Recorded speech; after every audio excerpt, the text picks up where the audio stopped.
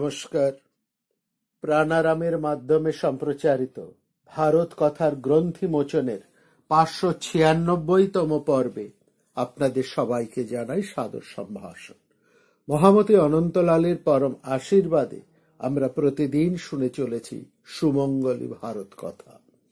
ভারত কথার ভীষ্ম পর্বে শ্রীমদ্ ভগবদ গীতার 7ম অধ্যায় জ্ঞান বিজ্ঞান যোগের 2য় পর্বের আলোচনায় আমরা উপস্থিত। আমরা এটা শুনেছি, শ্রীকৃষ্ণ অর্জুনকে বলছেন যে আমি তোমাকে জ্ঞান ও বিজ্ঞান সম্বন্ধে সমস্ত কিছু বলবো, জ্ঞান এবং বিজ্ঞান সম্পর্কে, এবং যা জানলে এর সমস্ত দিক যা জানলে তোমার যজ্ঞাতা নেহ ভুণ্য অন্নাৎ জ্ঞাতব্যম অবিশিষ্যতে, যা জানলে জ্ঞাতব্য আর অন্য কিছুই তোমার বাকি থাকবে না, যা জানার সবকিছু তোমার জানা হয়ে যাবে। এবং এই কে জানতে পারে সেখানে একটা কিন্তু এই জ্ঞান বিজ্ঞান শ্রবণের অধিকারীকে, সেটাও কিন্তু শ্রীকৃষ্ণ এই অধ্যায় প্রথম শ্লোকে খুব পরিষ্কার করে বলে দিয়েছেন। বলছেন যারা দৃঢ়ভাবে তাদের মনকে নিবদ্ধ করতে পারেন, যোগ অভ্যাস করতে পারেন, এবং যাদের মধ্যে একটা সমর্পণ এর মনোভাব রয়েছে, শরণাগতির ভাব রয়েছে, এই 3টি গুণ যার মধ্যে আছেন, তিনি এই সমগ্রম সত্যকে সম্পূর্ণভাবে জানতে পারেন। এবং এবার তিনি বলছেন এই যে হাজার হাজার মানুষের মধ্যে মুষ্টিমেয় কয়েকজনই এই আধ্যাত্মিক জ্ঞান লাভের জন্য সচেষ্ট হয়, সংগ্রাম করে। মনুষ্যানাং সহস্রেষু কশ্চিৎ যততি সিদ্ধায়, সিদ্ধায় অর্থাৎ সিদ্ধি লাভের জন্য, এই জ্ঞান লাভের জন্য, কশ্চিৎ যততি কয়েকজন মাত্র চেষ্টা করে, যততাম অপি সিদ্ধানাম যারা সর্বোচ্চ এই জ্ঞান লাভের চেষ্টা করেন তাদের মধ্যেও মাত্র কয়েকজনই এই সত্য স্বরূপকে জানতে পারেন। কশ্চিৎ মান ব্যক্তি তত্ত্বতঃ, সূক্ষ্মতম সত্য স্বরূপটি বোঝার জন্য যে প্রচেষ্টা, সেটা খুব কম মানুষেরই থাকে, এবং তাদের মধ্যেও আরো অনেক কম মানুষ সেই সূক্ষ্মতম সত্য স্বরূপটিকে বুঝতে পারে। অর্থাৎ এই যে এই পূর্ণতার অনুভব করতে পারেন অতি সামান্য কয়েকজন। একত্ব সত্তার যে পরম একত্ব, এই অনুভূতি খুব সামান্য কিছু মানুষই জানতে পারেন। সেই একত্ব অনুভূতিটা কি? একমেব দ্বিতীয়ম, একমেব দ্বিতীয়ম, ব্রহ্ম এক এবং অদ্বিতীয়, যা দুই নেই। অনেকে চেষ্টা করেন, কিন্তু মুষ্টিমেয় কয়েকজনই জানতে পারেন, সিদ্ধি লাভ করতে পারেন। ইয়ততি সিদ্ধায়। আধ্যাত্মিক জীবনে ঠিক যে কোনো প্রতিযোগিতার মতনই আমরা দেখি, একসঙ্গে অনেকেই হয়তো শুরু করেন, কিন্তু সামর্থ্য অনুযায়ী কারো একটু সময় বেশি লাগে, কারো একটু কম লাগে। কিন্তু এটা সত্য যে প্রত্যেকেই নির্দিষ্ট সময়ে, তার নির্দিষ্ট সময়ে, দেরি হোক বা দ্রুত হোক, সেই আত্মজ্ঞান লাভের অভিষ্ট লোকে পৌঁছবে, এবং প্রত্যেকেই সেখানে পৌঁছবে, কারণ সেটা হচ্ছে তার প্রকৃত স্বরূপ। এই সত্যটাকে অনুভব করার প্রচেষ্টা যদিও কম মানুষের মধ্যে থাকে, কিন্তু প্রত্যেকেই যারা চেষ্টা করেন তারা প্রত্যেকেই কখনো না কখনো এর সিদ্ধি লাভ করবেন। জীবনের সাথে এর একটা সঙ্গতি আছে, অর্থাৎ বিশ্বাস যদি থাকে, আমাদের বিশ্বাস যদি দৃঢ় থাকে, তাহলে আমরা সবাই অভীষ্ট লাভ করব। জীবনের প্রতিটি ক্ষেত্রেই আমরা গীতার এই উক্তিটাকে মিলিয়ে নিতে পারি, মনুষ্যানাং সহস্রেষু কশ্চিৎ যততি সিদ্ধয়ে। জীবনের সব ক্ষেত্রেই এটা সত্য। আধ্যাত্মিক ক্ষেত্রেও এটা একই রকম ভাবে সত্য। সকলের সামর্থ্য তো সমান নয়, মানুষে মানুষে যে সামর্থ্যের পার্থক্য, এটা বাস্তব সত্য। শ্রীকৃষ্ণ বলছেন এই যে সত্য, এটাকে দুটো ভাগে ভাগ করা যায়। দুটো জ্ঞানের পরিষ্কার কথা বলছেন। একটা হলো পঞ্চ ইন্দ্রিয় দ্বারা উপলব্ধ জাগতিক জ্ঞান, আর অন্যটা হলো ইন্দ্রিয়াতিক অপরোক্ষ জ্ঞান। আমাদের এই দুটো জ্ঞানকেই গ্রহণ করতে হবে। এই দুটো সত্যকে বলছেন পরাপ্রকৃতি এবং অপরাপ্রকৃতি। অর্থাৎ একটা হচ্ছে পঞ্চেন্দ্রিয় দ্বারা প্রকাশিত সত্য, আর অন্যটা হলো ইন্দ্রিয়াতীত সত্য। আমরা যখন সামগ্রিক সত্যকে উপলব্ধি করতে চাই, তাহলে এই দুটো সত্যকেই আমাদের গ্রহণ করতে হবে। শ্রীকৃষ্ণ এই দুটো সত্যকে প্রকৃতি বলেছে, একটা পরাপ্রকৃতি আর একটা হচ্ছে অপরাপ্রকৃতি। আমাদের সবকিছুই জড় এবং চেতন সবটাই প্রকৃতি। আমাদের সবকিছুই ভেতরে বাইরে যা কিছুর অস্তিত্ব আছে সবই প্রকৃতির অন্তর্ভুক্ত। সেই জন্য শ্রীকৃষ্ণ এই প্রকৃতিকে দুভাবে বিন্যস্ত করছেন। একটি সত্য যে আমরা বললাম, যা আমাদের এই পঞ্চ ইন্দ্রিয় দিয়ে আমরা অনুভব করতে পারি, ইন্দ্রিয় গ্রাহ্য যা, আর অপরটি হচ্ছে এই ইন্দ্রিয় গ্রাহ্য ভূমির অনেক ঊর্ধ্বে। প্রথমটাকে বলা হচ্ছে অপরাপ্রকৃতি বা সাধারণ বা বাহ্য প্রকৃতি, আর যা ইন্দ্রিয় গ্রাহ্য ভূমির অনেক ঊর্ধ্বে সেটা হচ্ছে পরাপ্রকৃতি বা উন্নততর অন্তর্প্রকৃতি। প্রকৃতির তাহলে দুটো স্তর আমরা পাচ্ছি, একটা সাধারণ স্তর, একটা অসাধারণ স্তর। এই দুটি স্তর দু ধরনের বিজ্ঞানের সাথে আবার যুক্ত। একটা অপরাবিদ্যা বা সাধারণ বিজ্ঞান, আর অন্যটি হচ্ছে পরাবিদ্যা বা উচ্চতর বিদ্যা। এখন প্রশ্ন হচ্ছে, এই যে অপরাপ্রকৃতি, যাকে আমরা নশ্বর বলে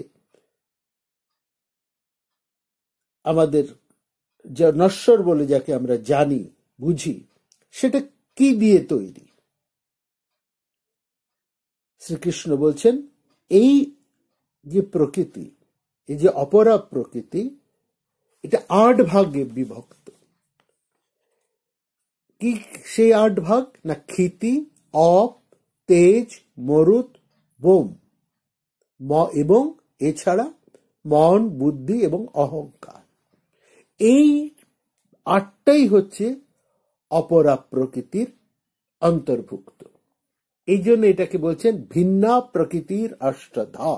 এটা হচ্ছে প্রকৃতি, অর্থাৎ সমস্ত পার্থিব বস্তুর মধ্যেই সেই চেতন উপস্থিত, চৈতন্য স্বরূপ শুদ্ধ চৈতন্য এই 8 প্রকৃতির মধ্যেই, পার্থিব সমস্ত বস্তুর মধ্যেই বিদ্যমান। এই যে প্রকৃতি, এই যে অষ্ট প্রকৃতি, এর থেকে আলাদা হচ্ছে পরাপ্রকৃতি, সেটাকে বলা হচ্ছে প্রকৃষ্ট প্রকৃতি, বুদ্ধি বা চৈতন্য। সেটি হচ্ছে বুদ্ধি তত্ত্ব বা চৈতন্য, যা এই জগৎ, এই প্রকাশিত জগৎকে ধারণ করে রেখেছে। অপরায়ম, এই অষ্টদা প্রকৃতি হচ্ছে নিকৃষ্ট প্রকৃতি। ইতস্তন্ন বিধি মে পরম, নিকৃষ্ট প্রকৃতি থেকে স্বতন্ত্র পরাপ্রকৃতি, শ্রেষ্ঠ প্রকৃতি কি, সেটাকে তিনি এবার বোঝাচ্ছেন। সেই শ্রেষ্ঠ প্রকৃতি হলো, সেই শ্রেষ্ঠ প্রকৃতি পরাপ্রকৃতি হচ্ছে আমাদের বোধ বা চৈতন্য, যার দ্বারা এই ব্যক্ত জগৎ বিধৃত, ধরা রয়েছে। জয়েদং ধারিয়তে জগৎ। তাহলে শুদ্ধ চৈতন্য হচ্ছে জগতের ধারক, এটা হচ্ছে উচ্চতর প্রকৃতি।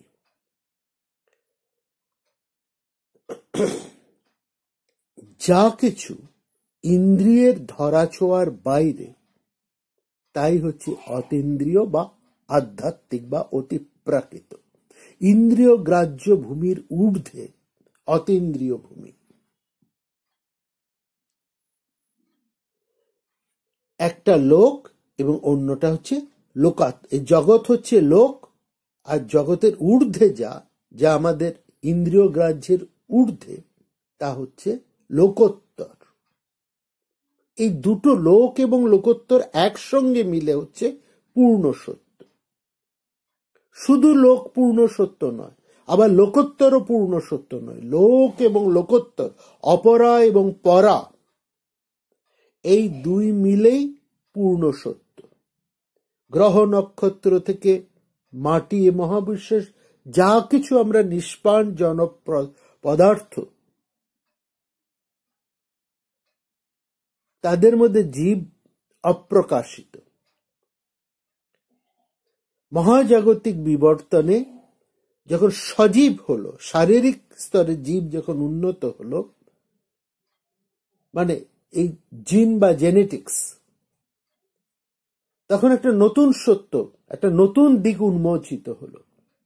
জীবভূতং মহাবাহ জয়েদং ধারিয়তে জগৎ। এই চৈতন্য বা বুদ্ধি হলো সেই বস্তু যা সমস্ত ব্রহ্মাণ্ডকে যেন ধারণ করে রয়েছে। জড় পদার্থ এটা যেমন পূর্ণ সত্য, এর ঊর্ধ্বে উচ্চতর যে সত্য, সেটা হচ্ছে চৈতন্য বা বুদ্ধি। বিজ্ঞানও এখন সেটাকে স্বীকার করছে। আমাদের বহির্জগৎ এবং অন্তর্জগৎ দুটোকেই এখন স্বীকার করছে। এই দুটোকে মিলেই হচ্ছে আমাদের সত্যকার জগৎ।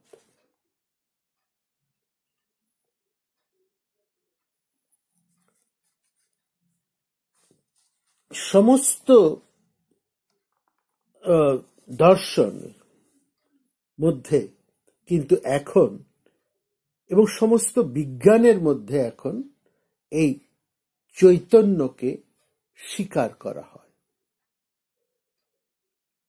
মনুষ্য স্তরে যে জৈবিক ক্রমবিকাশ মনোসামাজিক পর্যায়ে উন্নীত হচ্ছে, এটা একটা আধ্যাত্মিক বিবর্তন। এই আধ্যাত্মিক বা মনোসামাজিক ক্রমবিকাশের মোটামুটি দুটো ধাপ। একটা হচ্ছে নৈতিক এবং চারিত্রিক, যাকে আমরা আজকালকার ভাষায় বলি ভ্যালু ওরিয়েন্টেশন বা মূল্যবোধের শিক্ষা। আর দ্বিতীয়টি হলো পূর্ণ বা মুক্তি বা আধ্যাত্মিক স্বাধীনতা। নীতিবিজ্ঞান হলো জড়বিজ্ঞান এবং আধ্যাত্ম বিজ্ঞানের মাঝে একটা সেতু। মানুষের ক্রমবিকাশের এই ধারার জ্ঞানের ক্ষেত্র থেকে মানুষকে প্রজ্ঞার দিকে এগিয়ে নিয়ে চলেছে।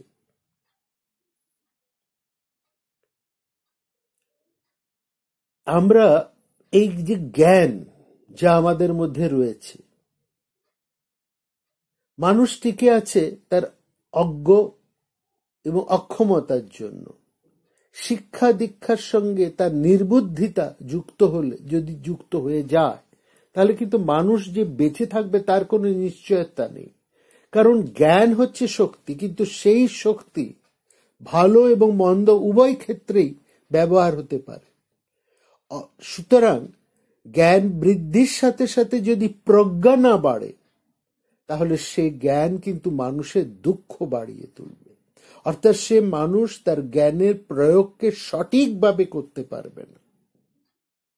এটাই হচ্ছে আধুনিক যুগে মানুষের কাছে, এটাই গীতা বলতে চাইছে, গীতার মর্মবাণী। এই একই প্রতিধ্বনি আমরা শ্বেত অশ্বতর উপনিষদে পাচ্ছি। यदा चरमवदाकाशं वेष्ट्यंष्यन्ति मानवः तदा देवं विज्ञाय दुःख शांत भविष्यति। মানুষ যদি এই আকাশকে চামড়ার মতো গুটিয়ে ফেলতে পারে, তবু সে যদি তার অন্তর্নিহিত দেবত্বের কথা জানতে না পারে, তাহলে তার দুঃখ কিন্তু মোচন হবে না।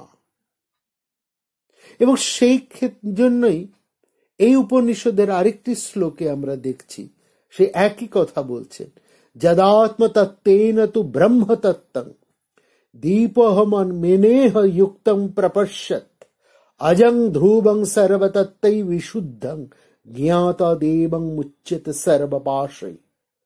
যখন আত্মসংযমী আধ্যাত্মিক তত্ত্ব অন্বেষু মানুষ এই শরীরে, তার এই হৃদয় গুহাতেই আত্মসত্যের মাধ্যমে দীপের মতো স্বয়ংপ্রভ উজ্জ্বল সেই ব্রহ্মসত্যকে উপলব্ধি করতে পারেন, তখনই একমাত্র সে জন্মরহিত, শাশ্বত এবং প্রকৃতির বহুবিধ বিকারের মাধ্যমে অসংস্পৃষ্ট, সম্পূর্ণ অসংপৃষ্ট সেই পরমাত্মাকে তিনি জানতে পারেন এবং জেনে তিনি সমস্ত পাপ থেকে মুক্ত হন। যিনি নিজের আত্মাকে উপলব্ধি করেন, তারই কিন্তু ঈশ্বরের উপলব্ধি হয়। এইটি হচ্ছে মূল কথা। সেই জন্য শ্রীকৃষ্ণ এখানে বলছেন যে এই নিকৃষ্ট অপরা প্রকৃতি, এই যা কিছু আমাদের চারপাশে দেখছো, যা ইন্দ্রিয় গ্রাহ্য, এই যা সেটা হচ্ছে যা কিছু ইন্দ্রিয় গ্রাহ্য, সেটা হচ্ছে নিকৃষ্ট প্রকৃতি। আর প্রকৃষ্ট বা পরা প্রকৃতি, যার দ্বারা সমস্ত সংসার সজীব হয়ে আছে, জয়েদং ধারিয়তে জগৎ, যার দ্বারা সমস্ত জগৎ পুষ্ট। কিসের দ্বারা? এই চৈতন্যের দ্বারা, জীবভূতম। একই ঐশ্বরিক সত্তার আমরা দুটো দিক তাহলে দেখলাম, একটা অপরা এবং আরেকটা অপরা। অপরা হলো জড় বা অনড়, আর পরাটি হলো চিৎ বা চৈতন্য। চিৎ এবং জড় এই একই সত্যের দুটো দিক। আমরা চারপাশে যা দেখি সেগুলো জড়। একমাত্র জীবন্ত সত্তার ভেতরেই ওই চিৎ প্রকাশিত। জড়ের মধ্যেও চিৎ আছে, জড় কিন্তু তার সেই চিৎকে প্রকাশ করতে পারে না। সে যত ধীরে ধীরে যদি উন্নত হয়, তাহলে তার মধ্যে সেই চেতনা বা চৈতন্যের প্রকাশ ঘটে। সুতরাং এই যে বিবর্তন, মানুষের এই যে বিবর্তন, সংসারের এই যে বিবর্তন, সেটা আসলে কি? সেটা হচ্ছে জড়ের ভেতরে লুকিয়ে থাকা চৈতন্যের প্রকাশ। বিবর্ত হলো আমাদের এই দেহের ক্রমবিকাশ এবং তার মধ্যে চৈতন্যের প্রকাশ। এই হচ্ছে বিবর্তনের মূল কথা। চৈতন্যের এই প্রক্রিয়া, এই অভিব্যক্তির প্রক্রিয়া নিরবচ্ছিন্নভাবে চলতে থাকে, যার ফলে একটা সাধারণ জড় বস্তু থেকে আত্মা পর্যন্ত সবকিছুর মধ্যেই সেই চেতনা প্রকাশ ঘটে এবং সবকিছুর মধ্যেই এই চিৎ উপাদান রয়েছে। সেই চিৎ বা চেতনাকে প্রকাশ করা, তাকে উপলব্ধি করাই হচ্ছে আমাদের মূল সাধনা। সমস্ত অস্তিত্ব দিয়ে সর্বোচ্চ এই চৈতন্য তত্ত্বকে আমাদের জানতে হবে। এটা, এই যে জানা, এই জানাটাই হচ্ছে আমাদের সর্ববিদ্যা প্রতিষ্ঠা বা সমস্ত বিদ্যা বা বিজ্ঞানের ভিত্তি। সত্যের পূর্ণতাকে, অনন্ত অবিনাশী চৈতন্যকে, যা সমস্ত বিশ্বের একমাত্র উৎসস্থল, তাকে জানাই হচ্ছে শ্রেষ্ঠ জানা, এবং সেটাই হচ্ছে সমস্ত বিজ্ঞানেরও বিজ্ঞান বা শ্রেষ্ঠ বিজ্ঞান। এই সত্যং জ্ঞানম অনন্তম ব্রহ্ম, একই ব্রহ্ম বলা হচ্ছে, সেই শ্রেষ্ঠ বিজ্ঞান, যার মাধ্যমে আমরা সেই জ্ঞান সত্যকে, সেই জ্ঞান অনন্তম ব্রহ্মকে আমরা জানতে পারি। ব্রহ্ম হচ্ছেন সত্য, জ্ঞান এবং অনন্ত। তিনি সমস্ত বিশ্বকে প্রকাশ করেন। সেই কথাটাই এখানে বলছেন শ্রীকৃষ্ণ বলছেন, এটা তুমি জানবে। কি জানবে? যে সমস্ত জীবের উৎপত্তি স্থল হচ্ছে আমি, এবং আমি জগতের সৃষ্টি এবং প্রলয়ের কারণ। এতৎ যোনিনি ভূতানি সর্বাণি ইতি উপধারয়, সবকিছুই জগতের এই দুই প্রকৃতি থেকে উৎপন্ন। চিত এবং জড়, চৈতন্য জড় ছাড়া আর কিছুই নেই। সর্বত্র চিত কিংবা জড়, আর তার উৎসস্থল মধ্যে থেকে এই দুটি প্রকাশিত হচ্ছে। অহং কৃষ্ণস্য জগত প্রভব প্রলয় স্থলা, বলছেন এরা হচ্ছে আমার দুটো প্রকৃতি। এই দুটো প্রকৃতির মাধ্যমে আমি ব্রহ্মাণ্ডের সৃষ্টি করি এবং প্রলয় করি। অর্থাৎ এই সর্বজ্ঞ ঈশ্বর হচ্ছেন এই জগতের কারণ স্বরূপ। এই জগতের কারণ কি? কারণ সাংখ্য দর্শন খুব চমৎকার করে বলছেন, কারণ হচ্ছে কার্য। মানে কারণটা কি?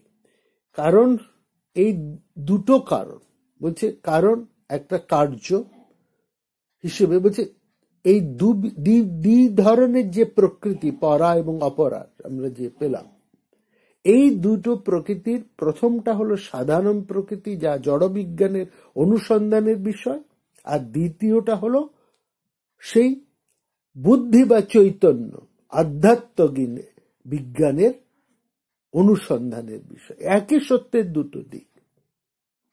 যা কিছু অস্তিত্বমান সবই এসছে এই প্রকৃতির কোনো না কোনোটা থেকে। যখন আমরা সাধারণ দৃষ্টিতে দেখি, তখন আমরা বস্তুর স্থূল অংশটাকে দেখি। যখন আমরা চৈতন্যকে উপলব্ধি করার চেষ্টা করি বুদ্ধির মাধ্যমে, তখন আমরা সেই তার উৎসটাকে আমরা দেখার চেষ্টা করি। চৈতন্য হচ্ছে সেই মূল বস্তু যা সমগ্র জগতের ভিত্তি এবং পালক।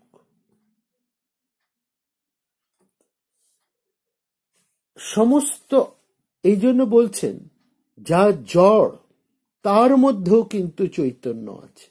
কারণ চৈতন্য যদি না থাকে তাহলে জড়েরও প্রকাশ ঘটে না। সেই জন্য এখানে বলছেন অপরেয়ম ইতস্তন্নম প্রকৃতিং বিদ্ধি মে পরাম, এটা হলো আমার সাধারণ প্রকৃতি। এবার বলছেন আমার শ্রেষ্ঠ প্রকৃতি সম্পর্কে শোনো। সেটা কি না? জীবভূতং, যা চৈতন্য স্বরূপ। ছোট্ট জীবকোষ সত্যের এক নতুন দিগন্তকে উন্মোচন করে, কারণ তার মধ্যেও সেই পরা প্রকৃতির ক্ষীণ প্রকাশ দেখা যায়। চৈতন্য তার ভেতরে আগেও ছিল, কিন্তু তার প্রকাশ ছিল না। ক্রমবিকাশের অগ্রগতির মাধ্যমে সে যখন ধীরে ধীরে জীবকোষের স্তরে পৌঁছয়, তখন তার মধ্যে প্রকাশ ঘটে। এই জন্য জীবকোষ নিজের প্রতিরূপ তৈরি করতে পারে। তাহলে সেটাকে বলছে পরাপ্রকৃতি, যা চৈতন্য স্বরূপ, জীবভূতম। এই অর্থাৎ নিষ্পাণ জড়তত্ত্ব থেকে স্বতন্ত্র একটা দ্বিতীয় তত্ত্ব উঠে আসছে। সেই তত্ত্বটা হচ্ছে এই চৈতন্যের তত্ত্ব। চৈতন্য ছাড়া এই জগৎকে ব্যাখ্যা করা যায় না। সুতরাং সবকিছুর অবিনাশী সত্তা রূপে এবং জগতের ঈশ্বর রূপে পরা ও অপরা এই দুই প্রকৃতির মধ্যে আমি জগতের কারণ রূপে অবস্থান করছি। এইটি হচ্ছে মূল কথা। এখানে আমরা ওয়াইন্ডার পেনফিল্ডের একটি কথা ব্যবহার করতে পারি। তিনি এক জড়বাদী হিসেবে তিনি এই জড়বাদীর মধ্যে যে চৈতন্যের যে একটা প্রকাশ কিভাবে ঘটে তার কথা তিনি লিখছেন। তিনি বলছেন, পেনফিল্ড বলছেন, অনেক বৈজ্ঞানিক চরম সত্য কি তা জানার চেষ্টা করছে। যদি কেউ মুক্ত মনের মানুষ হয় এবং নতুন তথ্যের আলোকে, নতুন তথ্যের দৃষ্টিকোণ থেকে পুরনো তত্ত্বকে সে যদি বিশ্লেষণ করেন, পুরনো তত্ত্বকে, তাহলেই সেটা হচ্ছে প্রকৃত বিজ্ঞান। ধরুন একটা তত্ত্ব আছে এবং তার বিপরীতে আর একটা তথ্য আছে। বিপরীত তথ্য ওই পুরনো তত্ত্বকে নস্যাৎ করে দিতে পারে। তার উদাহরণ আমরা দিতেই পারি। নিউটনের সময় যে মেকানিক্যাল ফিজিক্স ছিল সেটাই এখন আধুনিক নিউক্লিয়ার ফিজিক্সের মাধ্যমে তা কিন্তু নস্যাৎ হয়ে গেছে। নিউক্লিয়ার ফিজিক্স মেকানিক্যাল ফিজিক্সের অনেক সিদ্ধান্তকেই পাল্টে দিয়েছে। একই রকম ভাবে স্নায়ু বিজ্ঞানেরও অনেক পুরনো তত্ত্ব আছে। সেই তত্ত্বকে আমরা যদি ধরে থাকি তাহলে প্রকৃত সত্যকে আমরা বিকৃত করব। সেই প্রকৃত সত্যকে যা বিকৃত করে তা কিন্তু বিজ্ঞান নয়। নতুন যে সত্য আমরা পাচ্ছি সেই সত্যকে স্বীকৃত দিতেই হবে। সত্যকে আলোর তত্ত্বের মধ্যে দিয়েই প্রকাশ করতে হবে। এই যে আলোর তত্ত্বের মধ্যে নতুন ভাবে ধীরে ধীরে বিজ্ঞান অগ্রগতি হচ্ছে, অর্থাৎ তারা জড় থেকে চেতনকে স্বীকার করছেন, সেটাই কিন্তু গীতা অনেক দিন আগে, বহু হাজার বছর আগে কিন্তু এই কথাটি বলেছে।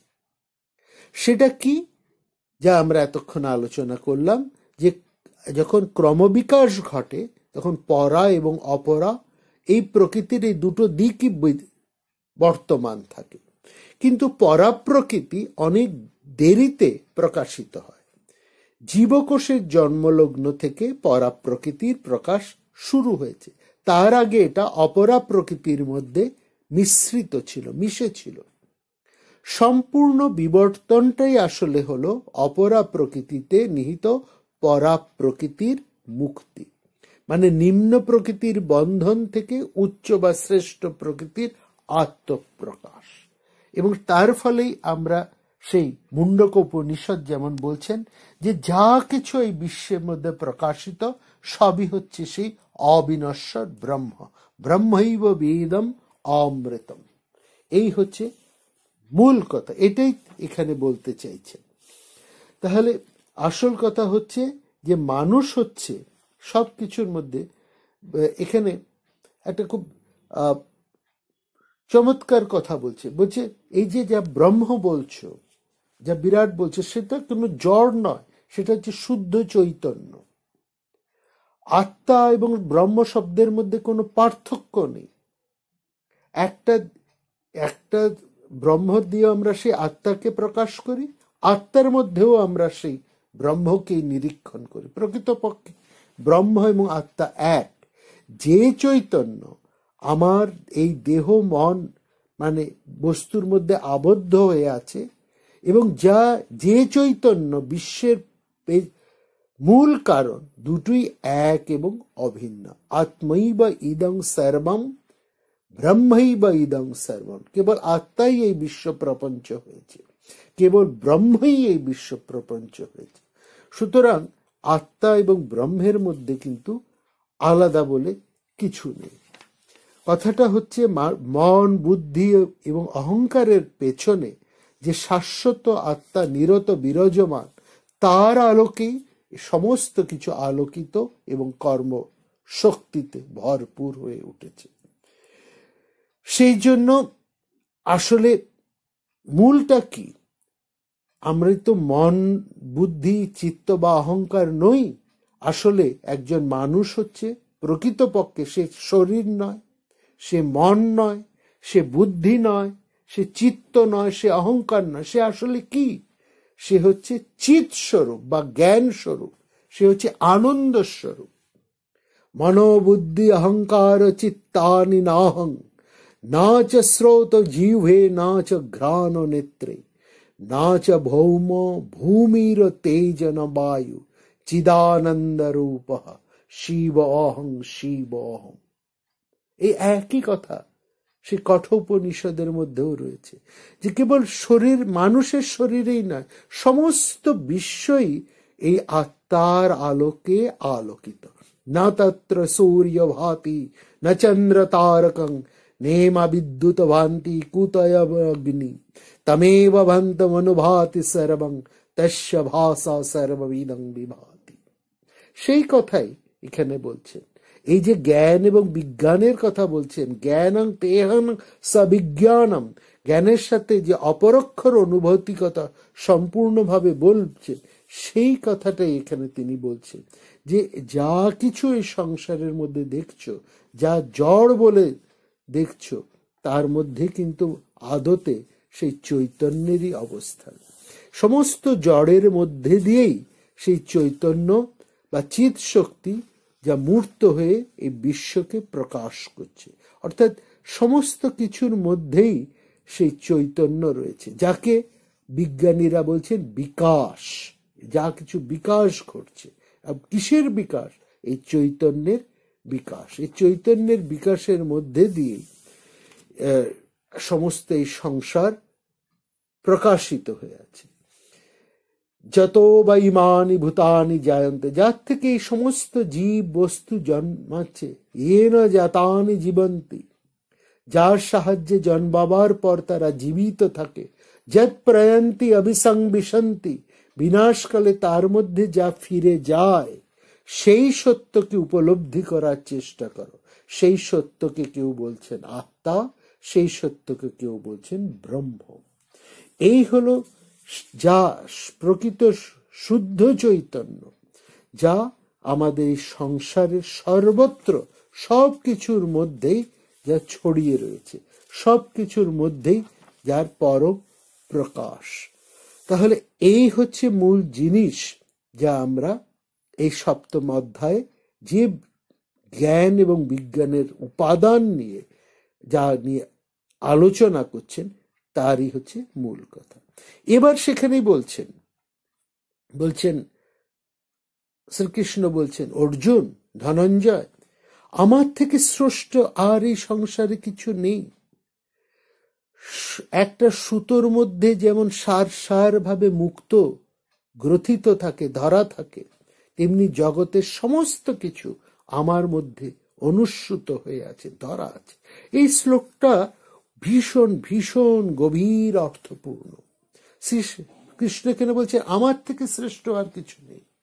আমি সেই পরম সত্য, অনন্ত শুদ্ধ চৈতন্য, যাকে তোমরা ব্রহ্ম বলছো বা পরমাত্মা বলছো, মানে যাকে বলছো শ্রেষ্ঠ, পরতরম, যার থেকে আর উচ্চতর কিছু নেই। না অন্যৎ কিঞ্চিত আস্তি, সেই সত্য ছাড়া আর অন্য কোনো বস্তু নেই।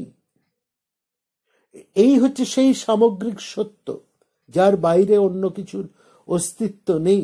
সমস্ত বিষয় এবং বিষয়, ক্ষেত্র এবং ক্ষেত্রজ্ঞ, জ্ঞেয় এবং তার জ্ঞাতা, মানে কোয়ান্টাম ফেনোমেনা আমরা বলতে পারি, এবং তার অবজারভার, তার দ্রষ্টা, এটাই হচ্ছে এক চূড়ান্ত সত্য। তার বাইরে আর কিছু নেই। মত্ত পরতরং নান্যৎ কিঞ্চিত অস্তি ধনঞ্জয়। অর্জুন, আমার থেকে শ্রেষ্ঠ বা আমার অতীত আর কোনো বস্তু নেই। তার পরের লাইনটা দেখুন কি অসাধারণ বলছেন, ময়ি সর্বম ইদম প্রক্তম সূত্রে মণিগণাইব। সুতোয় গাথা মুক্তোর মতো সমস্ত বিশ্ব আমাতে গাথা। যেমন একটা মুক্ত মালার মধ্যে তো আমরা সুতোটাকে দেখি না, শুধু মুক্তগুলোকেই দেখি। সুতরাং ওই যে সূক্ষ্ম এবং অতীন্দ্রিয় যা এই মুক্তগুলোকে ধরে রেখেছে, সেই সূত্রটাই হচ্ছে অন্তর্যামী, যা সেই পরম ব্রহ্ম, যাকে পরম সত্য, যিনি পরম জ্ঞেয়, যিনি পরম বিশুদ্ধ, যিনি পরম পরতর, তার থেকে শ্রেষ্ঠ বা উচ্চতর আর কিছু নেই। ভারতীয়রা এই সত্যটাকে দেখুন কি চমৎকার ভাবে কত হাজার হাজার বছর আগে উপলব্ধি করেছে, এবং তাদের সেই উপলব্ধি তাদেরকে এক বৈশিষ্ট্যে উজ্জ্বল করে তুলেছে। এটা হচ্ছে আমাদের মূল সংস্কৃতি এবং দৃষ্টিভঙ্গির এক বিশ্বজনীনতা। অনন্তকাল ধরে ভারতবর্ষের ঋষি এবং মনীষীরা তারা বিশ্বজনীনতা এবং অভিন্নতার এই ভাবটাকে কাজে লাগিয়েছে। আসলে লৌকিক দৃষ্টিতে আমরা আলাদা আলাদা হলেও বস্তুত অন্তরের গভীরে আমরা সবাই কিন্তু এক। এটাই হচ্ছে এক অদ্বৈত দৃষ্টি। এই দৃষ্টি ভারতবর্ষকে সর্বজনীন, সংবেদনশীল, সহিষ্ণু এবং উপলব্ধির দেশ করে তুলে ধরেছে। যে মহান ঋষিরা এই বিশাল উপমহাদেশের মানুষের মধ্যে এই প্রগাঢ় অন্তর্দৃষ্টি স্ফুরণ ঘটিয়েছিলেন, তাদেরকে কৃতজ্ঞতা জানানোর কোনো ভাষা আমাদের নেই। আজ কত হাজার বছর পরে, কত হাজার হাজার বছর পরে বিশ্বের সমস্ত বিজ্ঞানীরা সেই মানবীয় ঐক্য এবং সমন্বয়পূর্ণ দৃষ্টিরই অন্বেষণ করছেন।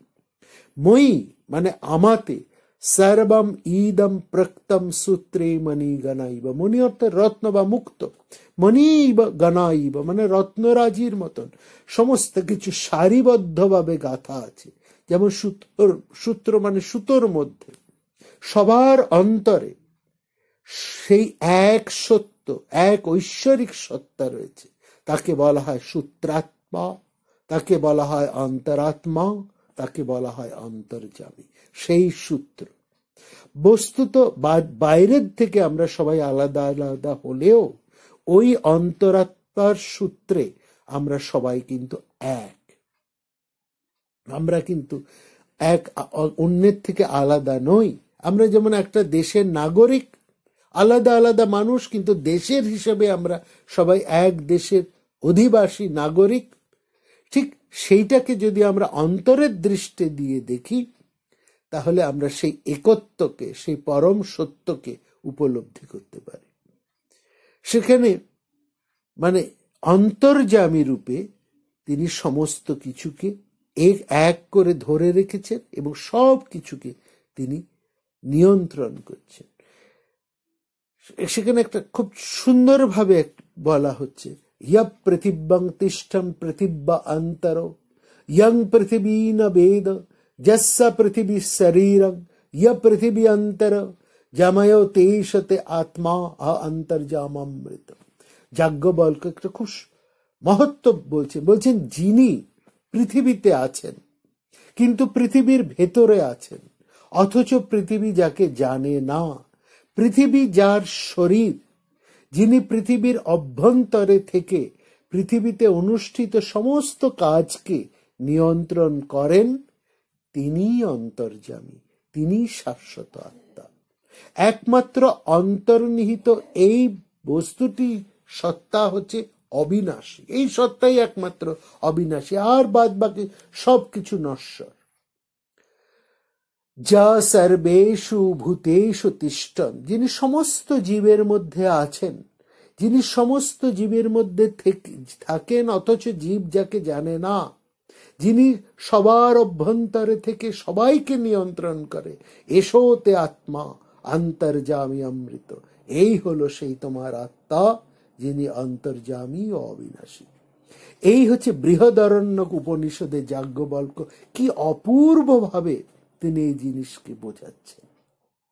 শ্বেত অশ্বতর উপনিষদে খুব সুন্দর ভাবে এখানে বলছেন, ত্বং স্ত্রী তং পুমনসি তং কুমার উতো বা কুমারী তং জীর্ণ দণ্ডেন বঞ্চসি ত্বং জাত ভবসি বিশ্বত মুখ। ত্বং স্ত্রী তুমি নারী, তং পুমানসি তুমি পুরুষ, তং কুমার তুমি কুমার, উতো বা কুমারী এবং তুমি আবার কুমারীও, তং জীর্ণ দণ্ডেন বঞ্চসি তুমি দণ্ড হাতে চলেছ, জীর্ণ দেহ বৃদ্ধ যেমন লাঠি হাতে চলে, তং জাত ভবসি বিশ্বত মুখ, এই বিশ্বে তুমি নানা রূপে নানা ভাবে রূপ রূপং প্রতিরূপং প্রকাশিত হয়েছে। অর্থাৎ সবার মধ্যে আমরা তোমাকে অবলোকন করছি। এক বিশাল অপূর্ব আধ্যাত্মিক এক কবিতা। মুন্ডকোপনিষদের মধ্যেও সেখানে এক কথা, সেই একই কথা বলছেন, আনন্দ রূপম অমৃতম ইয়দ বিভাতি, তিনি পরমানন্দ স্বরূপ, অমৃত স্বরূপ, জগতের সবার সবকিছুর মধ্যেই তিনি প্রকাশিত হন। ঈশ্বরকে বলা হয় কবি। গীতাতেও আমরা অষ্টম অধ্যায় পাব, কবিং পুরাণম অনুশাসিতারম। ঈশ্বর হচ্ছে সেই সর্বশ্রেষ্ঠ কবি, যার দৃষ্টি বহু দূর প্রসারিত। কবি মানে ক্রান্তদর্শী, যিনি ভূত ভবিষ্যৎ, যিনি সব দেখতে পান, এই ধরনের মানের মানুষকেই তো আমরা কবি বলি। তার দৃষ্টি বহু ক্রান্ত, বহু দূর, তিনি ক্রান্তদর্শী, দূরদর্শী, তিনি অনেক দূর তিনি দেখেন, তার দৃষ্টি প্রসারতা। তো সেই কবির দৃষ্টি মধ্যে দিয়ে ঋষিরা সেই ঈশ্বরকে অবলোকন করেছেন, যিনি সবার মধ্যে অবস্থিত রয়েছে। এই সত্য, এটা হচ্ছে চিরকালের সত্য, নিত্য সত্য। তিনি এখানে বলছেন যে কিভাবে তিনি সবকিছুর মধ্যে রয়েছেন, যা আমরা বিভূতি পর্যায়ে গিয়ে দেখব। কিন্তু এখানেও তিনি বলছেন যে অর্জুন, আমি জলের মধ্যে রস স্বরূপ, সূর্য এবং চন্দ্রের জ্যোতি রূপে, সমগ্র বেদের মধ্যে আমি ওঙ্কার রূপে, এবং আকাশের মধ্যে শব্দ রূপে, এবং মানুষের মধ্যে আমি পুরুষাকার রূপে অবস্থিত রয়েছে। সমস্ত পৃথিবীতে আমি পবিত্র গন্ধ রূপে, অগ্নিতে আমি দীপ্তি রূপে, এবং সমস্ত জীবে প্রাণ রূপে, এবং তপস্বীগণের মধ্যে তপশক্তি রূপে বিরাজমান। পুণ্যগন্ধ পৃথিব্যাংশ তেজস্যামি বিভাবস। তারপরে বলছেন, আরো বলছেন, আমি সমস্ত ভূতের কারণ স্বরূপ, বীজ, চিরন্তন কারণ। এই চিরন্তন কারণ রূপে আমাকে তুমি জানবে। মাং বিদ্ধি সর্বভূতানাম, সমস্ত ভূতের বুদ্ধি বুদ্ধিতামস্মি, বুদ্ধি বুদ্ধিমতামস্মি, বুদ্ধিমান মানুষের মধ্যে আমি হচ্ছি সেই বুদ্ধি। তেজ তেজস্বী নাম অহম, দীপ্তিমান তেজস্বীদের মধ্যে আমি তাদের দীপ্তি বা তেজ। এইভাবে আমি সমগ্র বিশ্বের মধ্যে ব্যক্ত হয়ে রয়েছি। বলবানদের মধ্যে আমি কাম এবং আসক্তি বর্জিত শক্তি। বলং বলবতং চাহং কাম রাগ বিবর্জিতম। যারা বলবান তাদের আমি শক্তি, কিরকম শক্তি না, কাম রাগ বিবর্জিতম, সমস্ত রকম ইন্দ্রিয় ভোগ বাসনা আসক্তি থেকে মুক্ত। যে শক্তি মানুষের কল্যাণ করে, সেই শক্তি ভাবে আমি উপস্থিত রয়েছি। এবং তারপরে কি বলছেন, এই কাম, পৃথিবীর মধ্যে কাম যা ধর্মের অবিরোধী, সেই কাম, যা সেই শক্তি আমি, যা অন্যের অকল্যাণ করে না। ধর্ম অবিরুদ্ধ কাম, ধর্মের অবিরোধী কাম আমি। এবং যত প্রকার সাত্ত্বিক রাজসিক তামসিক ভাব আছে, সেগুলোর উৎস হচ্ছি আমি। তার সবকিছুর মধ্যে আমি আছি, কিন্তু তা সত্ত্বেও আমি তার মধ্যে কারো মধ্যে আমি কিন্তু তারকে থাকি না, তারা সবাই আমার মধ্যে থাকে। একটা অসাধারণ গুরুত্বপূর্ণ কথা শ্রীকৃষ্ণ বলছেন যে চয়েব সাত্বিকা ভাবা রাজসা তামসা চাজ, যে কোনো সাত্বিক রাজসিক বা তামসিক ভাব মাত্ত এবিতি তান বিদ্ধি, যেন প্রত্যেকটি কেবলমাত্র আমার থেকেই উৎপন্ন হয়। এমনকি তামসিক ভাবের উৎসও আমি। যখন আমরা ঘুমিয়ে পড়ি, হাই তুলি, তখন তো আমার মধ্যে এই তমের প্রকাশ দেখা যায়, কিন্তু এর তো আমরা নিন্দা করি না, কারণ এটা আমাদের জীবনের একটা অঙ্গ। এটাও সেই পরম সত্যের থেকেই আসছে। সেই জন্য শ্রীকৃষ্ণ বলছেন, সত্য রজ তম সবই মাম এবেতি তান বিদ্ধি, যেন কেবলমাত্র আমার থেকে এসছে, কিন্তু ন তহং তেষু, আমি তার মধ্যে নেই, অর্থাৎ আমি তার মধ্যে আবদ্ধ নই। তারা আমার থেকে নিঃসৃত, তে মই, তারা আমাতে আবদ্ধ। অর্থাৎ নিজের ভেতর থেকেই তিনি বিশ্বকে প্রকাশ করছেন, এই বৈচিত্র্যপূর্ণ এর মধ্যেই তিনি প্রকাশ করছেন।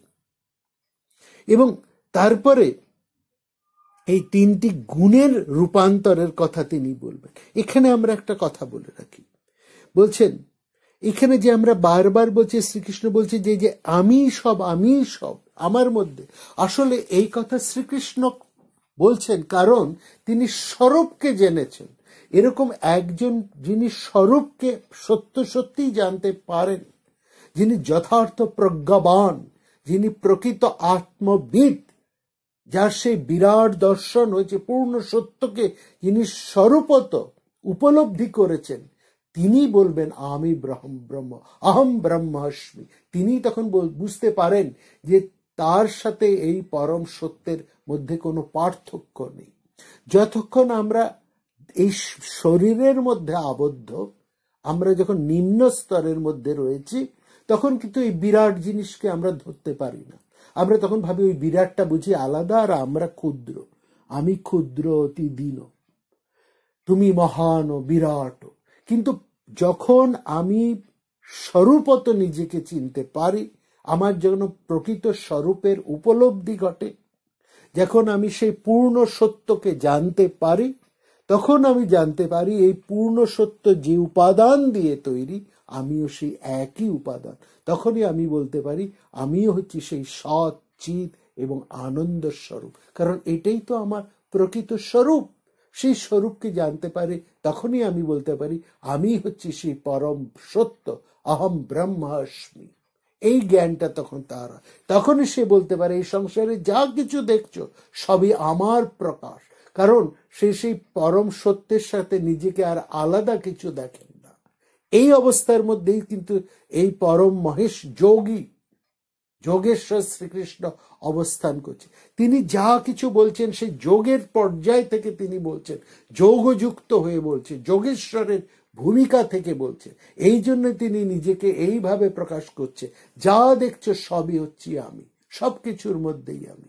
যেমন মা নিজেকে তার সমস্ত সন্তানের মধ্যে দেখতে পান, সেরকম একজন মা যখন তার নিজের সন্তান ছাড়া তার সংসারের সমস্ত সন্তানদের মধ্যেই নিজের সন্তানকে দেখতে পান, তখন তার মধ্যে যথার্থ মাতৃসত্তা জেগে ওঠে। তখন তিনি আর নিজের সন্তানের মধ্যেই কেবলমাত্র আবদ্ধ থাকেন না, তার জননী সত্তা, তার বাৎসল্য তখন সবার মধ্যে ছড়িয়ে পড়ে। সেই ভাবটির জন্য যশোদা এবং কৃষ্ণের এই লীলার উপমা ভাগবতে তোলা হয়েছে। যশোদা কিসের জন্য বিখ্যাত? না, তিনি কৃষ্ণকে লালন পালন করেছেন। পরবর্তী সময় আমরা দেখছি যশোদা সবার মধ্যে তার নিজের কৃষ্ণকে দেখছেন। ঠিক সেরকম ভাবে এটা একটা অসাধারণ আত্মদর্শন। ঈশ্বরকে তিনি সন্তান রূপে ধরছেন, একটা অবলম্বন। অর্জুন সখা রূপে দেখছেন, এটা একটা অবলম্বন। বিদুর তাকে প্রভু হিসেবে দেখছেন, এটাও আর একটা অবলম্বন। সুতরাং এই যেভাবে একটা অবলম্বন দেখে, এবং তারপরে কি হয় না, তখন পরস্পর যখন প্রকৃতর মধ্যে মিশে যান, তখন তাদের মধ্যে এই দ্বৈত ভাব থাকে না, তখন এক অদ্বৈতের মধ্যে তারা প্রকাশিত হয়। সেই জন্যে এখানে আমরা শ্রীকৃষ্ণকে দেখছি, তিনি সেই পরম যোগের মধ্যে যোগযুক্ত হয়ে, যোগেশ্বরের ভূমিকায় অবতীর্ণ হয়ে, একেবারে যোগযুক্ত হয়ে তিনি বলছেন। তখন তিনি আর কিন্তু এই রাজনৈতিক শ্রীকৃষ্ণ নন, একজন মানুষ শ্রীকৃষ্ণ তখন নন, তিনি তখন সেই পরম সত্যকে অবলম্বন করা এক যোগেশ্বর মহাপুরুষ। তখন তিনি পরমকে উপলব্ধি করে সেই ব্রহ্মভূত হয়ে সেই অবস্থার থেকে তিনি কিন্তু এই গীতা বলছেন, সেই পরম উপলব্ধি স্তর থেকে তিনি বলছেন। সেইখানে তিনি তার উপলব্ধি স্তর থেকে তিনি এই গীতার ব্যাখ্যা করছেন। সেই জন্যে আমরা তাকে অবলীলাক্রমে ঈশ্বর বলি, ভগবান বলছি। এবং অনুরূপভাবে তিনি তখন নিজেকে সেই জায়গায় বসিয়ে সবকিছু যেন নিজের মধ্যেই তিনি সবকিছুকেই সত্যরূপে অবলোকন করছেন। এইটাই হচ্ছে গীতার আসল জায়গা, যেখানে শ্রীকৃষ্ণ কোন ভূমিকায় গীতার ব্যাখ্যার মধ্যে অবস্থান করছেন। গীতা তিনি যে এই বিচিত্র, এই অপূর্ব দর্শনকে বলছেন, শাস্তা রূপে, আচার্য রূপে তিনি তখন অধিষ্ঠিত হয়ে আছেন যোগেশ্বরে, যোগযুক্ত হয়ে তিনি তাকে বর্ণনা করে যাচ্ছেন এই অপূর্ব জ্ঞান রাজি। তারপরে আমি থেকে বলছেন, তিনি এখানে বলছেন যে এই প্রকৃতি তিনটি গুণের রূপান্তর সমস্ত মাধ্যমে এই সংসার মোহিত হয়ে আছে। এই সমস্ত ব্রহ্মাণ্ড সত্য রজ তম এই তিনটি গুণ দিয়ে তৈরি। এ ভি সর্বম ইদম জগৎ মোহিতম, এগুলির দ্বারা এই জগৎ মোহিত হয়ে আছে। পৃথিবীর মানুষ এই তিনের দ্বারা বিভ্রান্ত হয়ে রয়েছে। না বিজামিতবান, তারা যেহেতু মানুষ বিভ্রান্ত, যেহেতু তারা মোহগ্রস্ত, সেই জন্য তারা আমাকে জানতে পারে না। এ ব্যাপার আমি এসবের উত্তম, আমি অব্যয়ম অবিনাশী, এটা হলো আমার স্বরূপ। দেখুন, এটা হচ্ছে প্রত্যেকটা মানুষের স্বরূপ। কিন্তু যতক্ষণ না আমরা জানতে পারি যে আমি অব্যয়, আমি অবিনাশী, আমার প্রকৃত স্বরূপকে যতক্ষণ আমি না জানতে পারি, ততক্ষণ পর্যন্ত আমার কাছে কিন্তু এই দুটো ভাব আলাদা হয়ে থাকে। সেগুলোকে এই আমরা সত্য রজ তম এই তিনটে স্তরের মধ্যে আমরা পড়ে থাকি, কারণ আমরা এই তিনটি গুণের দ্বারা একেবারে মুগ্ধ হয়ে থাকি এই সব। কিন্তু যিনি জানতে পারেন প্রকৃত সত্যকে, তিনি সব কিছুর অতীত, তখন তিনি বোঝেন যে তিনি অক্ষয়, তার আর কোনো ক্ষয় নেই। এবং আমরা প্রতিটি মানুষ কিন্তু অক্ষয়, কারণ আমার এই শরীর আমাদের পরিচয় না। আমরা পরিচয় দেবার সময় আমরা নাম রূপ, শরীর রূপ, দেহ রূপ, এই সমস্ত রূপের মধ্যে দিয়ে নিজেদেরকে প্রকাশ করি, নিজেদের পরিচয় দিই। কিন্তু আমাদের প্রকৃত পরিচয় তো তা নয়। আমাদের প্রকৃত স্বরূপ হচ্ছে আমরা প্রত্যেকেই অক্ষয়, প্রত্যেকেই আনন্দময়। এবং সেইটাই বলছেন তিনি। তারপরেই তিনি সেই বিখ্যাত কথা বলছেন, শ্রীকৃষ্ণ বলছেন দৈবী হি এষা গুণময়ী মামা মায়া দুরাত্ময়া। এই ত্রিগুণাত্মিকা মায়া দৈবী হি এষা, এই মায়া হচ্ছে দৈবী অর্থাৎ ঈশ্বরের দুরাত্ময়া, যা পার হওয়া দুঃসাধ্য, যা অতিক্রম করা কঠিন। একবার মায়ার জালে পড়লে তার থেকে বার হওয়া অত্যন্ত শক্ত। এটাই হচ্ছে মায়ার প্রকৃতি। ভক্তির মার্গের এটা একটা গুরুত্বপূর্ণ উক্তি। এ এক কি করে বহু হলো? তাহলে তার উত্তর হচ্ছে এই মায়ার মাধ্যমে। একই আছে, সে কিন্তু দুই বা বহু হয়নি, কিন্তু এই মায়ার প্রভাবে আমরা তাকে যেন বহু রূপে দেখছি, বহু বৈচিত্র্যের মধ্যে দেখছি। মায়া সংসারের নিমিত্ত একটা মতবাদ নয়। সংসারের ঘটনা কিভাবে ঘটে চলেছে, আমরা আমাদের চারপাশে আমরা যা দেখছি, মায়া তারই হচ্ছে বর্ণনা মাত্র। আমরা মনে করি মুক্ত, কিন্তু সেই মুক্তিকে জীবনে প্রকাশ করতে পারি না, কারণ আমার এবং আমার মুক্তির মাঝখানে এই মায়া এসে দাঁড়াচ্ছে। এই মায়া সব জায়গায় কাজ করে চলেছে। সমগ্র ব্যক্ত জগৎ হচ্ছে এই মায়ার অন্তর্গত। সুতরাং মায়া হচ্ছে দৈব শক্তি। তত্ত্ব দৃষ্টিতে এই ব্রহ্ম এবং এই শক্তি কিন্তু অভেদ। হ্যাঁ, তখন বলছে দৈবী হি এষা গুণময়ী, এই দৈবী শক্তি গুণময়া, আমার মায়া দুরাত্মা, তাকে অতিক্রম করা দুষ্কর, কষ্টসাধ্য, কিন্তু একে অতিক্রম করা সম্ভব। কিভাবে? মাম এব যে প্রপদ্যন্তে মায়াম এতত্তরন্তিতে, যারা আমার শরণাগত হয় শুধু তারাই এই মায়া অতিক্রম করতে পারে, কারণ মায়া হচ্ছে সে ঈশ্বরেরই। সুতরাং মায়ার এই অত্যাচার থেকে মানুষ মুক্ত হতে পারে না। কিন্তু জগৎ যার মায়া, তার যদি আমরা শরণাগত হই, তাহলেই তিনি সেই মায়া অতিক্রম করতে পারে। যেমন একজনের জাদু দেখে আমরা মুগ্ধ হই, কিন্তু আমরা যদি জাদুকরের শরণাপন্ন হয়, তিনি তাহলে আমাদেরকে সেই ট্রিকটা, সেই চালাকিটা শিখিয়ে দেয়। তখন আমরা কিন্তু জাদুকরের ওই মায়ায় আর আবদ্ধ হই না। এইটা হচ্ছে সেই একই জিনিস। আর আমরা কেউ ভালো কাজ করি, কেউ খারাপ কাজ করি, কারণ আমাদের মধ্যে এই মায়া কাজ করছে। কখন আমাদেরকে ঠেলে তুলছে, কখন আমাকে টেনে নামাচ্ছে। আমরা কাউকে হত্যা করছি, সেটাও মায়া। আমরা কাউকে বাঁচাচ্ছি, সেটাও মায়া। হ্যাঁ, যখন আমরা বাঁচাচ্ছি কারণ ভালো কাজ করছি, সেটা হচ্ছে জ্ঞানযুক্ত মায়া বা বিদ্যা মায়া। কিন্তু যখন আমরা কোনো খারাপ কাজ করছি, সেটা অবিদ্যা মায়া, অজ্ঞান মায়া, যা আমাদেরকে টেনে নামাচ্ছে। সুতরাং আমাদেরকে আমরা সেই সত্যের কাছে নিজেদেরকে সমর্পণ করব, যাতে আমাদের অবিদ্যাবাদ দ্বারা আমরা আবদ্ধ না হই। সেই জায়গাটা হচ্ছে আসল জানা, সেটা দূরত্বা। কিন্তু আমরা যদি তার শরণাপন্ন হই, তার প্রভাবে আমরা পরম সত্যকে জানতে পারবো, তখন আর আমরা এই মায়ার দ্বারা মোহিত হতে পারবো না। শ্রীমদ্ ভগবতে একটা পরম সুন্দর কথা বলা আছে, পরস্য বিষ্ণু ঈশস্য মায়িনাম অপি মোহিনী মায়া। এই মায়া হলো সর্বশ্রেষ্ঠ ভগবান মহাবিশ্বর এক ঐশ্বরিক শক্তি, যা অন্যের মনকে বিভ্রান্ত করতে পারে। সবটাই হচ্ছে এই মায়ার খেলা। সেই জন্য শ্রীকৃষ্ণ এখানে বলছেন, মাম এব যে প্রপদ্যন্তে মায়ামে তাং তরন্তিতে। যারা আমার শরণাপন্ন হন, তারা এই দুস্তর মায়ার পারে চলে যায়, তারা মুক্ত হয়ে যায়। সুতরাং এইখানে সেই চরম কথাটি এখানে বলছেন যে যারা বিবেক বুদ্ধি হারিয়েছে, তারাও যদি আমার ভজনা করে তাহলে তারা আমাকে লাভ করতে পারে। এবার কারা তাকে লাভ করতে পারে এবং কত ধরনের ভক্ত রয়েছে এই সংসারে, কতজন মানুষের কাছে কত রকম ভাবে প্রার্থনা করেন, ঈশ্বরকে চান, কত রকম অবস্থায় পড়ে,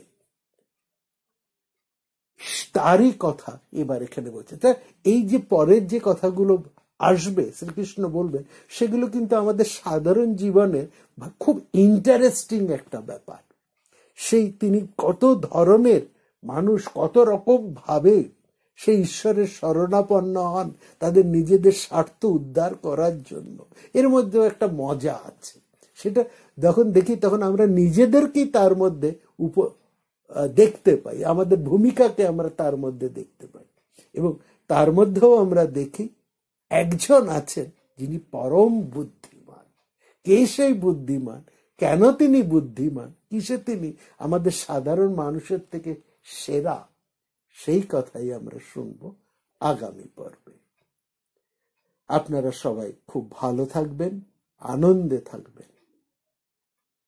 আমরা আগামী পর্বে আপনাদের সঙ্গে আবার এই সপ্তম অধ্যায় সেই শ্লোকগুলো, আনন্দদায়ক অভূত জ্ঞানপূর্ণ সেই শ্লোকগুলো নিয়ে আলোচনা করব। কখনোই মহাভারত থেকে সরে থাকবেন না, কখনোই নির্ভারত হবেন না। নমস্কার। প্রাণারাম প্রাণারাম প্রাণারাম।